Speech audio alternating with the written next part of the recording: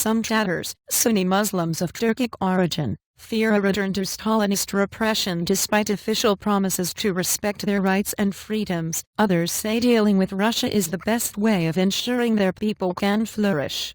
In less than 2 months into Moscow rule, tensions are running high before Sunday's anniversary of the deportations in cattle wagons, which began on May 18, 1944. And it's either war or compromise. That is the essence of the problem we face. If we don't adopt a unified approach, we risk splitting ourselves up and being marginalized, said Nariman Dzhelyalov, deputy chairman of the Mejlis, the Crimean Tatars' main representative body. And the Tatars, who make up more than 12% of Crimea's largely ethnic Russian population of about 2 million, are among the most vociferous critics of Moscow's annexation in March of the peninsula previously governed by Ukraine. And Russia views the annexation as righting an historical injustice, describing it as reunification of a region which Soviet leader Nikita Khrushchev handed to Ukraine only in 1954. But the Tatars, whose historical capital of Bakhchisaray lies a short distance from the modern-day regional center of Simferopol, remind Moscow they ruled large parts of Crimea for centuries before Russian Empress Catherine the Great conquered the Black Sea Peninsula in the late 18th century.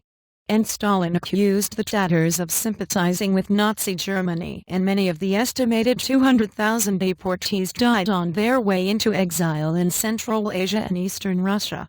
Only in the last years of the Soviet Union were members of the community able to start returning to Crimea in the 1980s.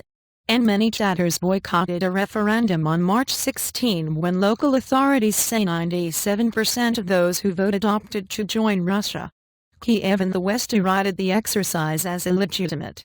And the Tatars have continued to fly the Ukrainian flag at the Mejlis since the vote, despite a visit by armed pro-Russian self-defense units and threats to close their organization by the region's chief prosecutor. We were used to constant struggle. We don't trust the Russian authorities, and why should we?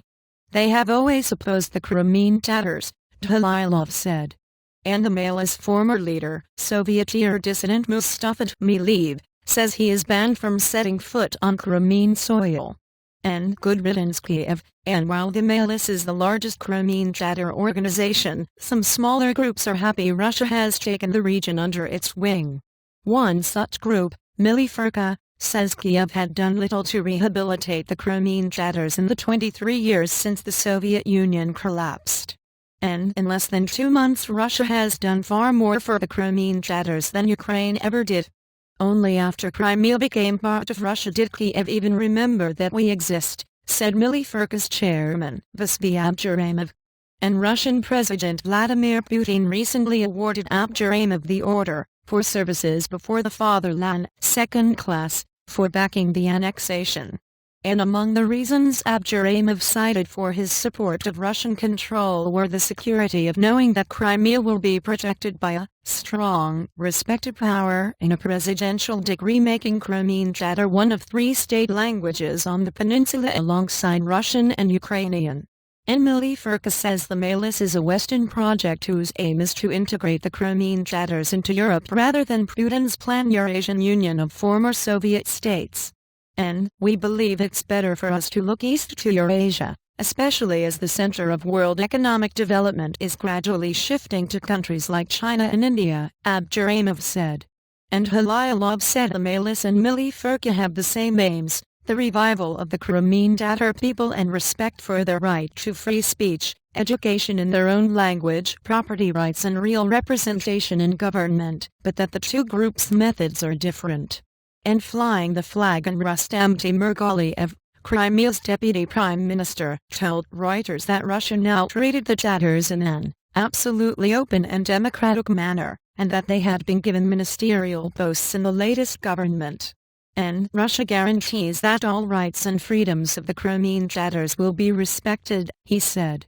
And the Mejlis says it hopes to receive official permission soon for a march through central Simferopol to mark Sunday's anniversary, but that the government is insisting the Tatars don't fly the Ukrainian flag or criticize the annexation.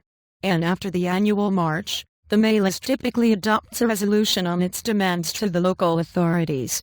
And what are we to say this year? Some want a peacekeeping force brought in to protect us, while others are more worried about solving everyday problems like housing, Dzhelyalov said. And on a recent visit to Bakhchisaray, many were reluctant to give their views, saying they feared persecution for speaking their minds. And a middle-aged man, who would give only his first name, and said, "There is no understanding of democracy in Russia, whereas in Ukraine we could defend our interests.